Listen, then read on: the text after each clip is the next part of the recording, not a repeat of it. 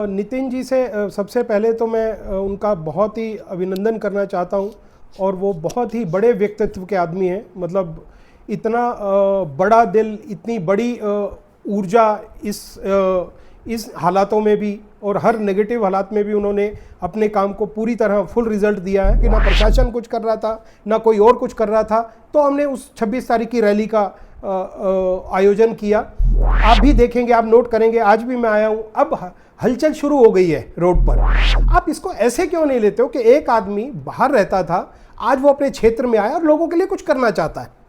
इसका मतलब ये तो नहीं है, जैसा विधायक जी ने भी बोला, मुझे राजनीति नहीं करनी है, लेकिन मेरे क्षेत्र में, पूरे सदर क्षेत्र में काम करने होंगे। आजादी के 77 साल बाद भी कोटली बाजार में एक महज टॉयलेट नहीं है।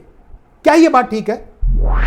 यह आशीर्वाद है। मैं कोई ऐसा चमत्कारी बाबा नहीं हूं या कुछ भी नहीं हूं, सिंपल आदमी। सर, हमारा आपसे आज एक सवाल है। सबसे पहला सवाल कि आप कोटली के विकास के बारे में बात करते हैं, तो आज तक आपने देखा होगा कि क्या विकास हुआ है और भविष्य में क्या विकास होना चाहिए, उसके बारे में आपकी क्या राय है? जी, सबसे पहले तो आप सब लोगों का स्वागत है। आप आए और इस वार्ता में शामिल हुए। कोटली की बात करें तो मुझे ऐसा लगता है कि पिछले 1 साल से मैं कोटली में इतने चक्कर लगाए हैं, शायद मुझे खुद को भी याद नहीं है कितनी बार मैं कोटली से निकला हूँ। उसका कारण भी है क्योंकि आपको जानकारी है, कई पंचायतें जो हैं कोटली के ही से होके जाना पड़ता है। तो इसमें मैं समय समय पर लोग भी मिलते रहते हैं, मैं खुद भी देखता रहता हूँ। मुझे ऐसा लगता है कि कोटली में अभी बहुत कुछ करना बाकी है और हुआ कितना है मैं उस चर्चा में नहीं जाऊंगा, लेकिन इम्प्रूवमेंट के चांसेस बहुत ज़्यादा हैं, बहुत स्कोप है इम्प्रूवमेंट के। जैसे कि कई चीज़ें ऐसी हैं जो कि कोटली में होनी चाहिए थी पर वो नहीं है।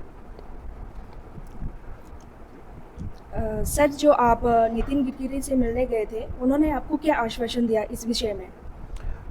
नितिन जी से सबसे पहले तो मैं उनका बहुत ही अभिनंदन करना चाहता हूं और वो बहुत ही बड़े व्यक्तित्व के आदमी हैं। मतलब इतना बड़ा दिल, इतनी बड़ी ऊर्जा इस हालातों में भी और हर नेगेटिव हालात में भी उन्होंने अपने काम को पूरी तरह फुल रिजल्ट दिया है। और हम बहुत ही आशावान थे जब मैं उनसे मिला और बहुत ही ज़्यादा उन्होंने अच्छे ढंग से हमारी बात सुनी।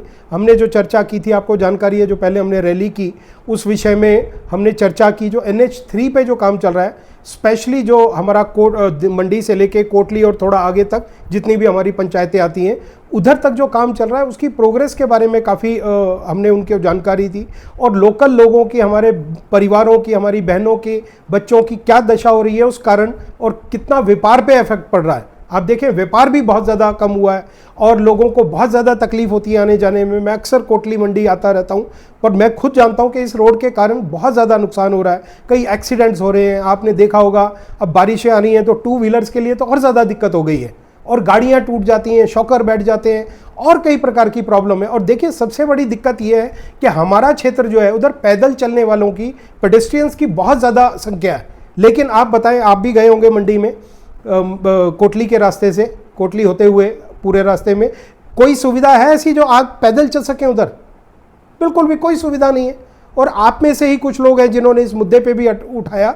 और सबसे बड़ी दिक्कत यह है कि हमें यही नहीं पता है कि कौन सी कंपनी काम कर रही है, हम किधर किसको कांटेक्ट करें, हमें जानकारी नहीं है इस विषय में। अगर हमें जानकारी नहीं होगी तो हम कैसे अपनी शिकायत दर्ज करवाएंगे?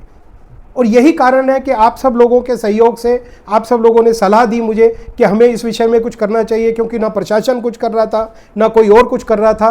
तो हमने उस 26 तारीख की रैली का आयोजन किया और आप सब लोगों के आशीर्वाद से, आप लोगों की हेल्प से वो रैली बहुत कामयाब रही। आप भी इस चीज़ के विटनेस हैं, आपने भी देखा। और हमने फिर, आपको जानकारी है, जैसे हमने SDM साहब को भी ज्ञापन दिया मुख्यमंत्री के लिए, नितिन गडकरी जी के लिए। तो ये कारण है कि आज हमारा, आप भी देखेंगे, आप नोट करेंगे, आज भी मैं आया हूँ, अब हलचल शुरू हो गई है रोड पर। आपने भी ये नोट किया होगा कि हलचल शुरू हो गई है।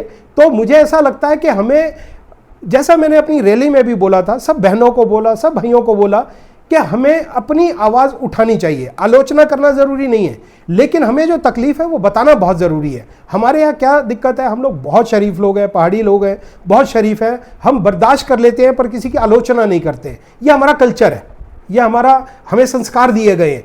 लेकिन मैं उस चीज़ की इज्जत करता हूँ, इस बात को समझता भी हूँ, लेकिन कई जगह हमें अपने बच्चों के लिए, परिवारों के लिए आवाज़ उठानी भी पड़ती है। उसका मतलब ये नहीं है कि आप कुछ गलत बोलें किसी को, लेकिन अपनी आवाज़ पहुंचानी पड़ती है, जिससे कि एटलीस्ट उनको पता तो चले कि वो क्या कर रहे हैं। अच्छा कपूर साहब, जैसे कि हमारे यहाँ के स्थानीय विधायक अनिल शर्मा जी ने जो है एक डिबेट के माध्यम से, हमारे चैनल के माध्यम से आपको खुले मंच से चुनौती दी थी कि विकास के कार्यों पे मैं आपके साथ खुले मंच पे बहस करने को तैयार हूँ, तो उसके बारे में आप क्या कहेंगे? देखिए, मैं हमेशा तैयार हूँ, किसी भी वक्त, जगह, समय वो तय करें, मुझे बताएं, मैं आने को तैयार हूँ। वो कोई बहुत बड़ा विषय नहीं है और मुझे किसी से कोई कंपटीशन नहीं है। मैं आपको सच बोलना चाहता हूँ, मुझे किसी से कोई कंपटीशन नहीं है। मैं जैसे अभी एक पहले भी इंटरव्यू देकर आया, मेरा सिर्फ एक मकसद है, मैं अपने दिल की बात आपको बताना चाहता हूँ। मेरा सिर्फ और सिर्फ एक मकसद है। मैं व्यापार करता था, पूरे भारतवर्ष में मेरा व्यापार है, विदेश में 4-5 कंट्रीज़ में मेरा व्यापार है, और मैं बहुत खुश था अपने व्यापार में और बहुत ही अच्छे से ग्रो कर रहे थे। अब मेरे बच्चे भी मेरे साथ आ चुके हैं। लेकिन मुझे ऐसा लगा, जैसे मेरे माँ बाप भी बोलते थे कि कुछ अपने समाज के लिए भी कंट्रीब्यूट करना चाहिए। आप इसको ऐसे क्यों नहीं लेते हो कि एक आदमी बाहर रहता था, आज वो अपने क्षेत्र में आया और लोगों के लिए कुछ करना चाहता है। इसका मतलब ये तो नहीं है, जैसा विधायक जी ने भी बोला, आपके माध्यम से ही मुझे पता चला, आपका जो इंटरव्यू किया आपने माननीय विधायक जी का, उसमें उन्होंने बोला राजनीति। मुझे बहुत तकलीफ होती है, मैं राजनीति करने नहीं आया हूं इधर, मुझे चुनाव नहीं लड़ने हैं। ये बात बिल्कुल सच है, मुझे चुनाव नहीं लड़ने हैं। पर एक बात बिल्कुल निश्चित है, काम तो करने पड़ेंगे। मुझे किसी व्यक्ति विशेष से कोई दिक्कत नहीं है। मुझे, आपके विधायक हैं, हमारे भी विधायक हैं, और मैं तो ये बिल्कुल खुले में ये कहना चाहता हूं कि काम करें, काम करें। मेरा वोट भी उनको जाएगा जो भी काम करेगा। मैं किसी पार्टी विशेष की बात नहीं कर रहा हूं, किसी व्यक्ति विशेष की बात नहीं कर रहा हूं, लेकिन काम करना पड़ेगा। क्योंकि आप उन लोगों के बारे में सोचिए जिन्होंने वोट दिए हैं, कितनी उम्मीद रही होगी उनके दिल में कि नहीं, मैं इनको जितवाऊंगा और ये मेरे सारे काम होंगे, हमारे क्षेत्र के सारे काम होंगे। उनके दिल से आप पूछिए। तो मेरा सिर्फ एक ही कहना है, हमेशा मैं यही बोलता आया हूं, कहीं भी डिबेट करना है, कहीं भी कुछ करना है, मेरी आवाज सिर्फ और सिर्फ एक होगी। मुझे राजनीति नहीं करनी है, लेकिन मेरे क्षेत्र में, पूरे सदर क्षेत्र में काम करने होंगे। बस मेरा एक ही कहना है, और मुझे कुछ नहीं चाहिए किसी से भी। सर, आप जो संस्था चला रहे हैं उसके लिए आप आगे लोगों के लिए क्या करना चाहते हैं? देखिए, मैं आपको एक गाना सुनाता हूँ। हजारों ख्वाहिशें दिल में ऐसी कि हर ख्वाहिश पे दम निकले, बहुत निकले फिर भी कम निकले। मतलब इतना चाहता हूं, मैं इतना करना चाहता हूं अपने क्षेत्र के लिए कि उस हद तक मैं जाऊं कि मेरे क्षेत्र में हर आदमी का जीवन स्तर बहुत ही अच्छे ढंग से आ जाए, बहुत ही ठीक लेवल पे आ जाए। मैं एक बहुत छोटी सी बात आपको बोलना चाहता हूं। मैं आपसे भी सवाल करता हूं, मेरी एक नेचर है, मैं लोगों की भी राय जानना चाहता हूं, भाषण नहीं, चर्चा करना चाहता हूं। मैं चर्चा में विश्वास करता हूं। आप मुझे यह बताएं कि क्या आपको ऐसा लगता है कि कोटली पूर्ण रूप से विकसित है? मैं आपसे पूछना चाहता हूं, जब आप लोग पूरी जानकारी रखते हैं, आप लोग जगह जगह जाके लोगों से मिलते हैं और जर्नलिस्ट हैं, तो आपको ज्यादा जानकारी है। मैं चाहता हूं कि कोई भी ऐसी चीज हो जो कोटली के लिए, बेसिक चीजों की बात कर रहा हूं मैं, लग्जरी की तो बात ही नहीं कर रहा हूं, बेसिक चीजों की बात कर रहा हूं। बेसिक चीजें तो हो, आज हम बेसिक चीजों के लिए लड़ते हैं। मैं किसी का विरोध करने नहीं आया हूं, मुझे कोई लेना देना नहीं है। मैं कभी विधायक जी से मिला भी नहीं हूं, एक बार फोन पे बात हुई थी, उससे बात ही नहीं हुई कभी भी मेरी, और मेरा उनसे कोई ग्रीवेंसेस भी नहीं है। मैं दिल्ली में रहता था, मेरा इधर कोई लेना देना नहीं। लेकिन मुझे तकलीफ इस बात की है, जैसा मैं बोलता आया हूं, आजादी के 77 साल बाद भी कोटली बाजार में एक महज टॉयलेट नहीं है। क्या यह बात ठीक है? आप मुझे बताइए, इतने लोग कोटली बाजार में आते हैं, क्या महिलाएं आती हैं, पुरुष आते हैं? आप बता दीजिए, शौचालय का कोई प्रावधान है? एक महिला जो बेचारी 10 किलोमीटर से दूर से आई है, उसको अगर शौचालय जाना है, बड़ी स्वाभाविक सी बात है, तो क्या करेगी? बेसिक चीजों की बात कर रहा हूं मैं। मुझे शौचालय के बारे में बोला गया, मैंने जो कोटली के पंचायत प्रधान है उनसे भी बात की, उन्होंने मुझसे वादा किया 4 महीने 5 महीने पहले कि जी 15 दिन में ये टूट जाएगा और अब हम नया बनाएंगे। मैं चुप हो गया। मुझे मार्केट के लोगों ने भी बोला, जो मार्केट के प्रधान है उन्होंने भी बोला कि जी इसका कुछ करें, कुछ मिलके करते हैं हम। मैं तैयार था, लेकिन मुझे बताया गया कि टूट जाएगा और आज भी वो वैसा ही है। आप मुझे बताएं आज वैसा ही है। मतलब एक छोटा सा एग्जाम्पल है, मैं किसी की आलोचना करने नहीं हूं, लेकिन क्षेत्र में सब लोगों को न्याय मिलना चाहिए, उनकी प्रॉब्लम सॉल्व होनी चाहिए, और कोई ऐसा हो जनप्रतिनिधि जिसको आप लोगों ने चुना है वो आए और उनकी बातें सुने, उनकी प्रॉब्लम सॉल्व करे। ये मेरा मकसद है। जैसे कि आप अपने ट्रस्ट के माध्यम से यहाँ सामाजिक कुरीतियों से, जैसे नशा निवारण और दूसरे विकास के लिए आपने लड़ाई शुरू की है, तो क्या आप इस लड़ाई में अकेले उतरेंगे या आप समाज और लोगों को साथ में लेकर के, जैसे कि यहाँ के प्रशासन की बेरुखी रही है विकासात्मक कार्य को लेकर के, तो समाज को साथ में लेकर के चलेंगे या इस लड़ाई को आप अकेले लड़ेंगे? देखिए, ये लड़ाई बहुत छोटी लड़ाई नहीं, बहुत बड़ी लड़ाई है। ये पूरे क्षेत्र की बात करता हूँ मैं किसी एक गांव की बात नहीं कर रहा हूँ, पूरे क्षेत्र की बात कर रहा हूँ, जिसमें मुझे आज के समय में 1 लाख लोग हो गए या उससे ज़्यादा भी हो सकते हैं, मुझे पूरी जानकारी नहीं है।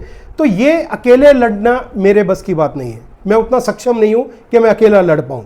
मुझे हर आदमी का, हर परिवार का साथ चाहिए होगा इस लड़ाई के लिए। जैसा आपने देखा उस दिन कोटली में, मैं गर्व करता हूँ इस बात पे, 1 साल पहले मैं आया था और आज एक मैसेज पे, फोन कॉल भी नहीं, एक मैसेज पे हजारों लोग आते हैं, महिलाएं आती हैं।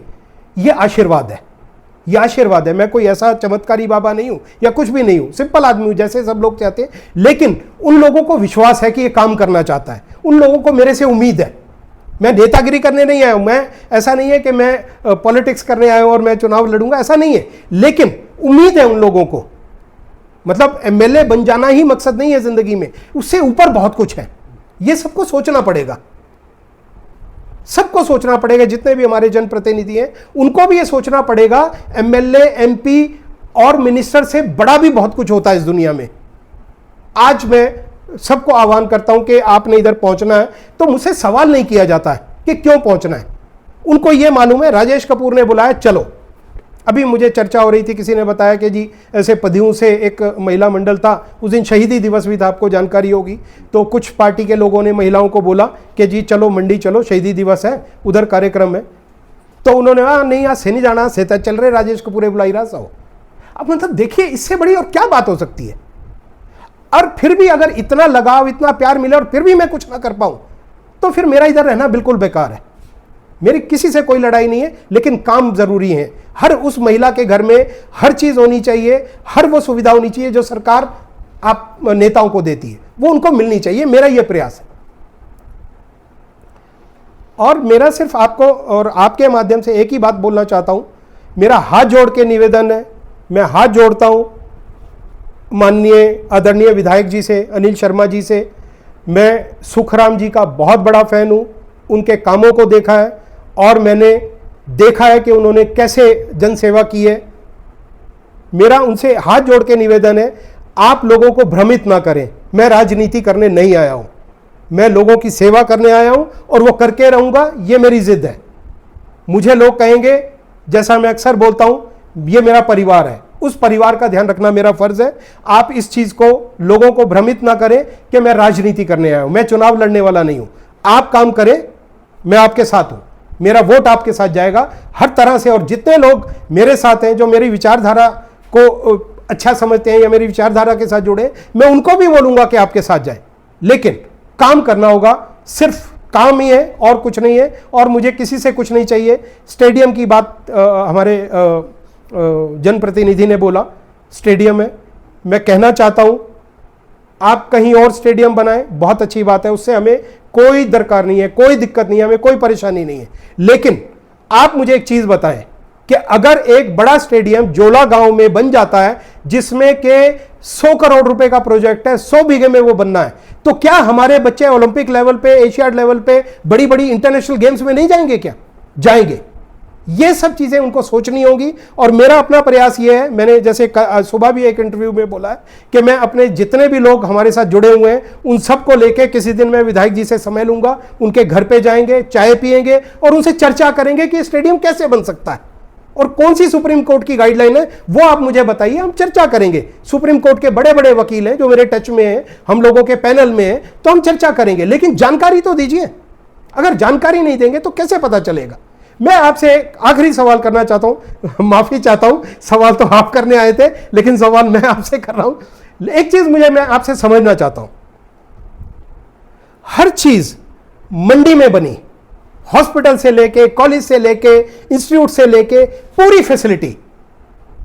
मुझे इस बात से शिकायत नहीं है कि मंडी में क्यों बनी, मुझे कोई ग्रीवेंस नहीं है क्योंकि मैं मंडी का ही हूं, मुझे कोई दिक्कत नहीं है। लेकिन मैं सवाल पूछना चाहता हूं जनप्रतिनिधि से कि कोटली में वो फैसिलिटी क्यों नहीं बनी?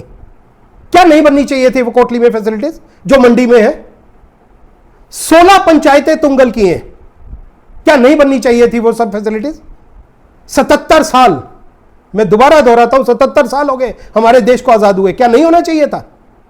क्या हमारे बच्चे आज भी, हमारी महिलाएं, हमारे बच्चे, जितने भी लोग हैं वो सारे इलाज के लिए मंडी जाते हैं और रास्ते में उनकी मृत्यु हो जाती है? आपने अक्सर सुना होगा, ऐसा होता है। क्या हम लोग डिजर्व नहीं करते हैं कोटली के लोग कि यहां सब कुछ हो, मंडी के बराबर हो? मंडी में अच्छी बात है, होना चाहिए, लेकिन कोटली में भी होना चाहिए, मेरा यह कहना है।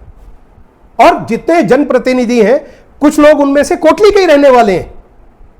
आप मुझे बताइए, जयराम जी, आदरणीय जयराम जी मुख्यमंत्री थे, उन्होंने क्षेत्रों में काम किया, अपने क्षेत्रों को भी पूरी फैसिलिटीज देने का प्रयास की, हर आदमी करता है, हमारे मुख्यमंत्री हैं वो भी कर रहे हैं, सब लोग करते हैं, पर हमारे क्षेत्र में कोटली में क्यों नहीं हुआ? मैं ये समझना चाहता हूं आप लोगों से। मेरा सवाल है कि कोटली में ये क्यों नहीं हुआ? आज भी हम एक एक डॉक्टर के लिए तरस रहे हैं। गवर्नमेंट हॉस्पिटल, गवर्नमेंट स्कूल्स में वो बने, ग्राउंड बने, गिनती के ग्राउंड है, एक बड़ा होगा एक छोटा होगा, मैं मानता हूं।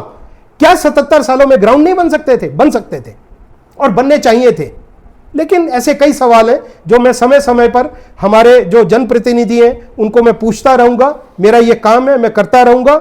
और बस अंत में मैं इतना ही बोलना चाहूंगा कि आप सब लोग जागरूक बने, बोलना सीखें और अपनी बात को रखें और अपने वोट की कीमत जानें।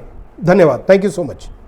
YouTube पर हमारे चैनल को सब्सक्राइब करें और रेगुलर अपडेट के लिए बेल आइकन दबाएं।